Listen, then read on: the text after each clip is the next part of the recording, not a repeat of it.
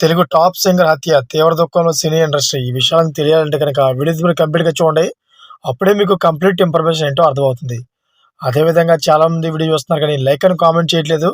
దయచేసి లైక్ అని కామెంట్ చేయండి. లైక్ అని కామెంట్ చేయడం వల్ల ఈ విషయాలన్నీ మనం చాలా మందికి తెలియజేసే వాళ్ళు అవుతాం. అదేవిధంగా టాప్ సింగర్ ఎందుకు అనే విషయాలు మనం పూర్తిగా తెలుసుకుందాం. ఫ్రెండ్స్, టాలీవుడ్‌లో గాయాలకు ఎదురవుతున్న సమస్యలు రోజు రోజు పెరుగుతున్నాయి.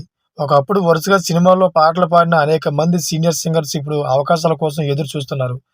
ప్రస్తుత ట్రెండ్ ప్రకారం మ్యూజిక్ డైరెక్టర్లు యువతరానికి ఎక్కువగా అవకాశాలు కల్పిస్తున్నారు. ముఖ్యంగా YouTube folk singers, reality show విజేతలు, సోషల్ మీడియా ద్వారా గుర్తింపు పొందిన వాళ్లకు ప్రాధాన్యత పెరిగిపోతుంది.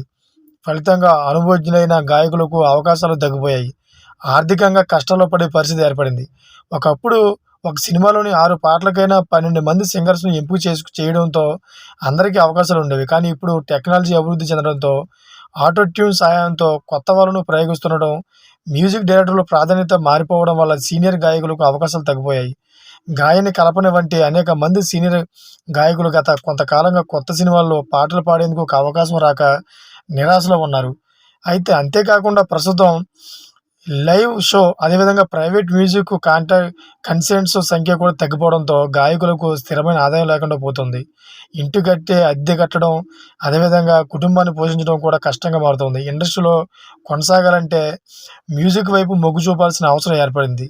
తాజాగా ప్రముఖ గాయని కల్పన నిద్రమాత్రలు మింగి ఆత్మహత్యానికి పాల్పడ్డారు. ఆమెను ఆసుపత్రిలో చేర్చి చికిత్స అందిస్తున్నారు.